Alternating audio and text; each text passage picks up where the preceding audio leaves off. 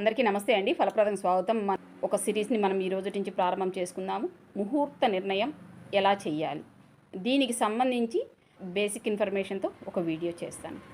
అసలు ముహూర్తం యొక్క ఆవశ్యకత ఏంటి, ముహూర్తం నిర్ణయం చేయకపోతే ఏమవుతుంది, చేయడం వల్ల వచ్చే మంచి ఏంటి, చేయకపోవడం వల్ల వచ్చే నష్టం ఏంటి, చేస్తేనే జరుగుతుందా చేయకపోతే జరగదా, ఏంటంటే నమ్మే వాళ్ళేమో అన్నిటికీ ముహూర్తాలు చూసుకొని చేస్తారు, నమ్మని వాళ్ళేమో అస్సలు పట్టించుకోరు. అలా నమ్మకుండా చేసిన వాళ్ళ పనులు సక్సెస్ అయినవి ఉన్నాయి, నమ్మి చేసిన వాళ్ళ ఫెయిల్యూర్స్ ఉన్నాయి. ఇందులో ఫెయిల్ అయిన వాళ్ళు ఎక్కడ మిస్ అయ్యారు, సక్సెస్ అయిన వాళ్ళు ఎక్కడ ఎలా అనుకూలత పొందారు, దీనికి సంబంధించి జస్ట్ ముహూర్తం యొక్క అవసరం ఆవశ్యకత దీని గురించి ఈరోజు బేసిక్ ఇన్ఫర్మేషన్తో మాత్రమే ఒక వీడియో చేస్తాం. తర్వాత నేను అవసరాన్ని బట్టి అన్ని అవసరాలకు వీలైతే విత్ చార్ట్తో ఒక్కొక్క వీడియో సపరేట్గా చేసి వివరించడానికి ప్రయత్నం చేస్తాను. ఇంకా ఈరోజు మనం కేవలం బేసిక్ ఇన్ఫర్మేషన్ మాత్రమే ఇచ్చుకునే ప్రయత్నం చేస్తాం. ముహూర్తం యొక్క ఆవశ్యకత ఏంటి, ఎక్కడా లేనిది మన దేశంలోనే ఎందుకుంది, ఎందుకంటే మిగతా ఏ దేశాల్లో కూడా కానీ అసలు ఈ సంప్రదాయం ఆచారం పద్ధతి అనేది లేదు. మనకి విదేశీ సంస్కృతి పెరిగిన తర్వాత క్వశ్చన్స్ ఎక్కువ అవుతున్నాయి.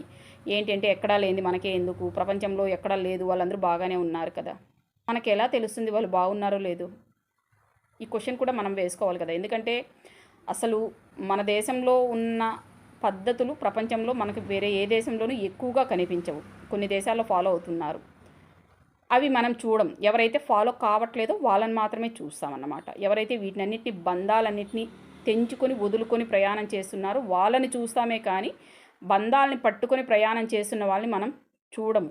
ఎందుకంటే మనలాగా ఉండే వాళ్ళు పట్టించుకునే ఆలోచన మనకు ఉండదు, కానీ మనలాగా లేని వాళ్ళని ఎక్కువగా చూస్తూ ఉంటాం. ఇది మామూలే. ఇది ఏంటి అంటే కొత్తకు వింత పాతక రోత అని, దూరపు కొండలు నునుపుని, ఇలాంటి సామెతలన్నీ ఇటువంటి విధానాల వల్లనే పుట్టాయి. సరే, ముహూర్తం యొక్క ఆవశ్యకత ఏంటి?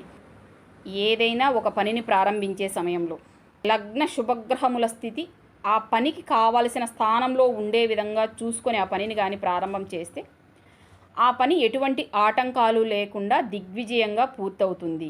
అది ఏ పనైనా సరే. జీవుడు జన్మించిన సమయం నుంచి అతను మరణించే మధ్యలో వచ్చే అన్ని స్థితుల్లో కూడా భారతదేశంలో హైందవ సంస్కృతిలో ఖచ్చితంగా ముహూర్తం అన్ని చోట్ల అన్ని విషయాల్లో కూడా ఉంటుంది. పుట్టిన సమయంలో జన్మజాతకంతో ప్రారంభమై అక్కడున్న గ్రహస్థితులను ఆధారంగా చేసుకొని అతని జీవితాన్ని నిర్ణయించి లెక్కగడుతున్నారు.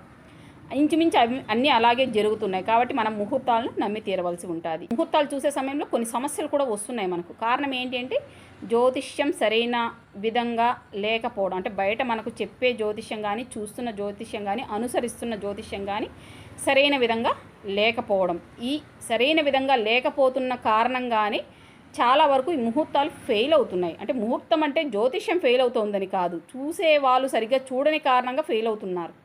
ఒకే రోజు 2 వివాహాలు జరిగితే, ఒక గంట వ్యత్యాసంలో ముందర లగ్నంలో ఒక వివాహం జరిగి తర్వాత లగ్నంలో ఒక వివాహం జరిగితే, ఈ 2 వివాహాలకు సంబంధించిన శుభగ్రహాలు పాపగ్రహాలు ఒకరే అయి ఉంటే ఇబ్బంది లేదు. ఏ 2 లగ్నాలకు శుభగ్రహాలు పాపగ్రహాలు ఒకరే ఉండరు. కనీసం సూర్యచంద్రులైనా మారుతూ ఉంటారు.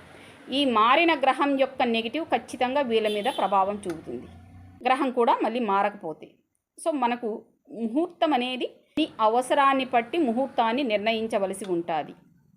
ఇక్కడ ఏమాత్రం మనం పొరబడినా జరగాల్సిన కార్యక్రమంలోనే అపశృతులు ఆటంకాలు రావడంతో పాటు ఎంత డబ్బు ఉన్నా మన ముహూర్త ఫలితాన్ని మనం మార్చలేము. ఎందుకంటే చాలామంది ఏమనుకుంటారంటే డబ్బు లేదు కాబట్టి ఏమీ జరగలేదు, డబ్బు ఉంది కాబట్టి అన్నీ చేసుకుంటున్నారు అనుకో. ఇది పెద్ద అబద్ధం. ఎంత డబ్బు ఉన్నా కూడా ముహూర్తం ద్వారా వచ్చే ఫలితాన్ని మనం అంచనా వేసుకోలేకపోతే వచ్చే సమస్యలను మనం ఆపలేము. ఈ ఎఫెక్ట్ ఇంపాక్ట్ ఎక్కువగా ఇమ్మీడియట్గా వివాహాల మీద మనకు అప్పటికప్పుడు కనిపిస్తుంది. మిగతా విషయాల్లో మనకు అంచనా వేసుకోవడం కష్టం, కానీ వివాహాల మీద దీని ఇంపాక్ట్ చాలా స్పష్టంగా కనిపిస్తుంది. ఏదో ఆ రోజు ఉన్న అనుకూల సమయాల్లో ఒక ముహూర్తాన్ని ఇది బాగుందని పెట్టించేశారంటే, ఒకవేళ దంపతుల్లో ఇద్దరికీ ఆ ముహూర్తం అనుకూలం కాదనుకున్నా, ఇబ్బందికరంగా ఉన్నా, లేదా ముహూర్త సమయానికే గ్రహముల అమరిక సరిగ్గా లేకపోయి ఉన్నా ఆ వివాహ బంధాలు నిలవడం కష్టం. ముఖ్యంగా యవ్వనకారకులు అయిన శుక్రుడు కుజుడు ఏకకాలంలో యాక్టివేట్ అయ్యారు అంటే చాలా తొందరగా నిర్ణయాలు తీసుకొని వీళ్ళు విడిపోవడానికి అవకాశం ఉంటుంది. సో అక్కడ మనకు ముహూర్త నిర్ణయం అనేది చాలా బాధ్యతతో కూడింది, విలువైంది కూడా. అన్నీ చూపించుకున్నా కూడా ఇబ్బందులు పడే వాళ్ళకి కారణం ఏంటి? జ్యోతిష్యులకు లగ్న శుభగ్రహాల పాపగ్రహాల మీద సరైన అవగాహన లేకపోవడం, వాళ్ళు తోచిన ముహూర్తం పెట్టేసేయడం, లేదా ఏదైతే మనకి పంచాంగాలు అని చెప్పి కొన్ని ముహూర్తాలు ఆల్రెడీ నిర్ణయించి ప్రింట్ చేసిస్తూ ఉంటారు. ఈరోజు ఈ ముహూర్తం ఎవరికైనా పనికొస్తుంది అని చెప్పేసి ఉంటారు. అట్లా పుస్తకాల్లో పంచాంగాల్లో చూసి వీళ్ళు ఈ లగ్నానికి ఈ ముహూర్తం అనుకూలమా కాదా చూడకుండా పంచాంగం పుస్తకాల్లో చూసి జ్యోతిష్యులు రాసిచ్చేస్తూ ఉంటారు. ఇటువంటి ముహూర్తాలు కొంత సందేహించవలసినవే. ఒకవేళ ఇన్కేస్ అది మీ లగ్నాత్తు శుభ గ్రహముల స్థితి శుభముహూర్తం అయితే మీకు అనుకూలిస్తుంది. ఒక్కోసారి అది మన లగ్నాత్తు శుభగ్రహముల స్థితి కాకపోతే శుభముహూర్తం మన జాతకానికి అది అనుకూలించకపోతే అది వికటించడానికి ఎక్కువగా అవకాశం ఉంటుంది. అది కూడా కాకుండా మన జన్మజాతక రీత్యా ఈ అవసరానికి సంబంధించిన స్థానం పాపగ్రహముల స్థితితో కానీ నిండి ఉంటే, ఏంటంటే అన్ని అవసరాలకు ఒకే స్థానం ఒకే గ్రహాలు సహకారం ఉండదు.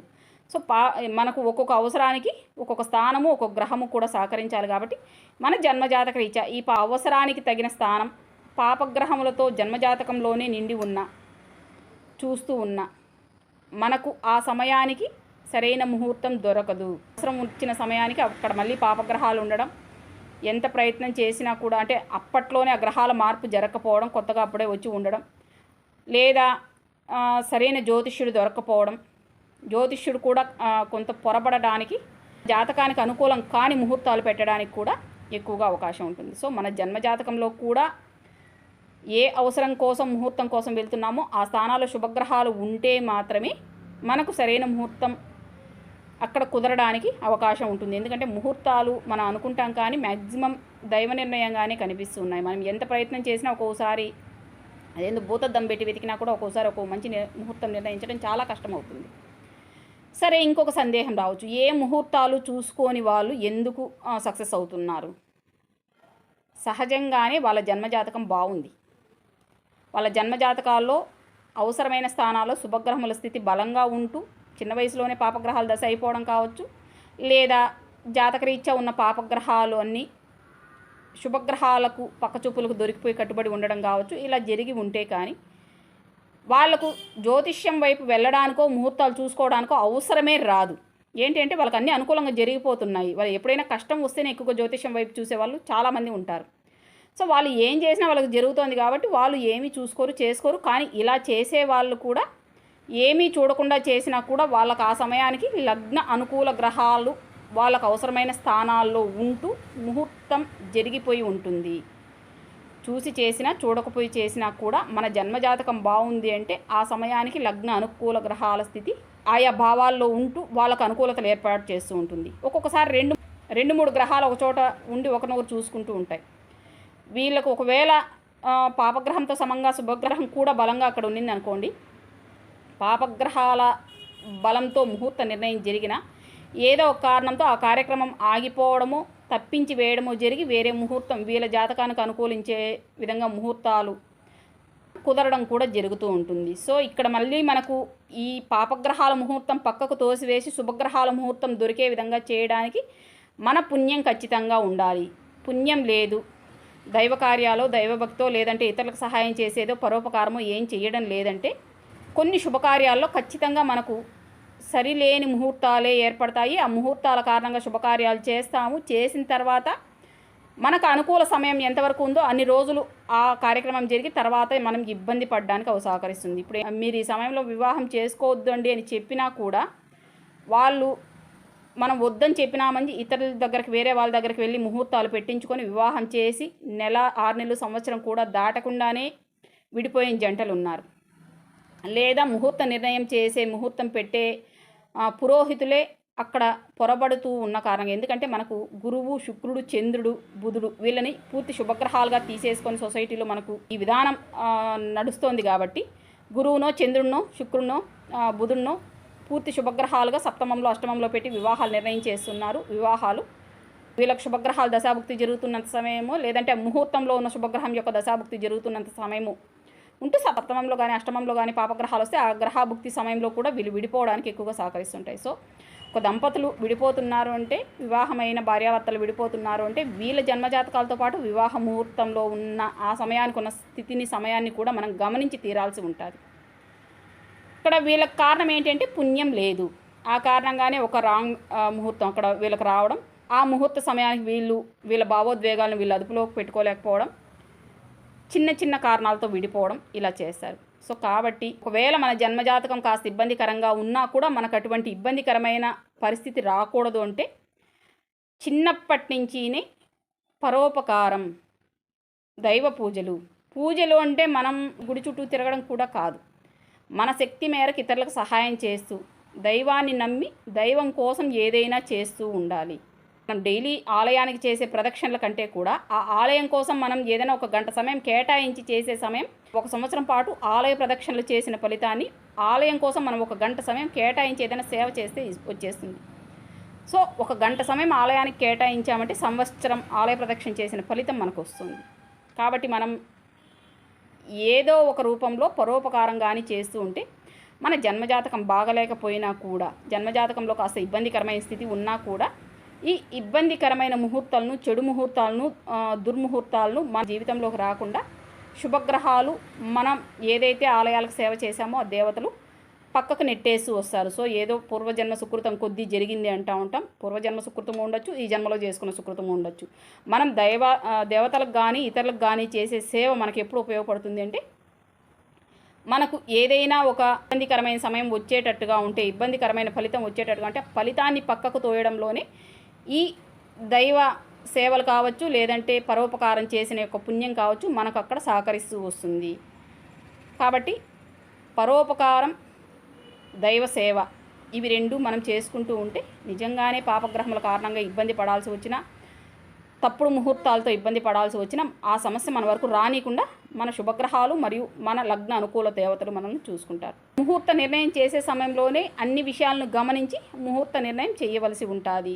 మన మైండ్ సరిలేకపోయినా, ఒకవేళ మన గోచారం కూడా సరిలేకపోయినా ఆ సమయంలో మనం ముహూర్త నిర్ణయం చేయకపోవడమే జ్యోతిష్యుడు కూడా అనుసరించవలసిన విధి విధానం.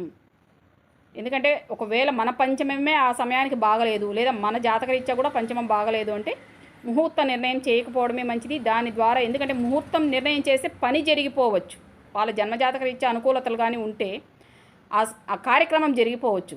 కానీ తర్వాత వాళ్ళు ఫేస్ చేసే ప్రతి ఒక్క ఇబ్బంది యొక్క పాపత్వం మన అకౌంట్కి వస్తుంది.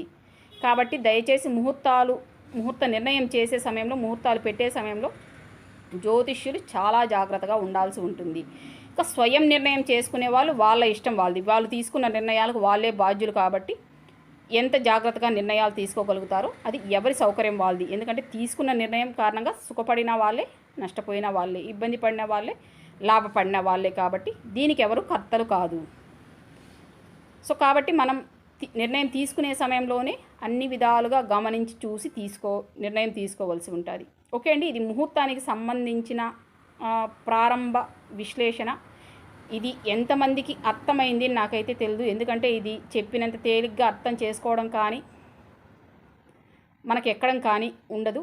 కొంత స్టడీ చేస్తే కానీ అర్థమయ్యే విషయాలు ఇవి. అంటే కొంచెం జ్యోతిషం మీద అవగాహన ఉన్న వాళ్ళకైతే తేలిగ్గానే అర్థమవుతుంది. కానీ కొత్త వాళ్ళకి ఈ విషయం అర్థం కావడం కొంత కష్టమవుతుంది. వెంటనే ప్రయోగాలు చేయడం వల్ల కొంత ఉపయోగం తక్కువే ఉంటుంది. అర్థమైన వాళ్ళు ప్రయోగాలు చేసుకోండి, ఇబ్బంది లేదు. నెక్స్ట్ వీడియో నుంచి మనం ఒక్కొక్క విషయానికి సంబంధించి ఎలా చూడాలి, ఎలా ముహూర్తం పెట్టుకోవాలి అని వీలైతే నేను చార్ట్తో కలిపి ఎగ్జాంపుల్ ఇచ్చి వీడియో చేసే ప్రయత్నం చేస్తాను. ఈ వీడియోలో మీరు ఏ ఏ విషయాల గురించి ముహూర్తాలు ఎదురు చూస్తున్నారని దయచేసి కామెంట్స్ పెట్టండి. నా లిస్టులోకి అయితే ఒక 4-5 మాత్రమే ఉన్నాయి. ఏంటి? విద్యాభ్యాసం, వ్యాపారం, వివాహం, గృహప్రవేశం, ఇప్పుడు సి-సెక్షన్ ముహూర్తాలు, సిజేరియన్ డెలివరీస్ కూడా అడుగుతున్నారు. కాబట్టి 5 విషయాలకు సంబంధించి మాత్రమే నాకు లిస్టులో ఉన్నాయి. ఇంకా మీకు ఏదైనా ప్రత్యేక అంశాలకు సంబంధించి సందేహాలు ఉంటే ఈ వీడియో కింద కామెంట్ చేయండి. నేను సందర్భాన్ని బట్టి ఒకదాని తర్వాత ఒకటి వీడియోస్ చేస్తూ వస్తాను. ఓకే అండి, ఒక మంచి అంశానికి సంబంధించిన ముహూర్త నిర్ణయం ఎలా చేయాలి అనే విషయానికి సంబంధించిన ఎగ్జాంపుల్ చార్ట్తో ఇంకో వీడియోలో మళ్ళీ కలుసుకుందాం. అంతవరకు సెలవు. ధన్యవాదాలు.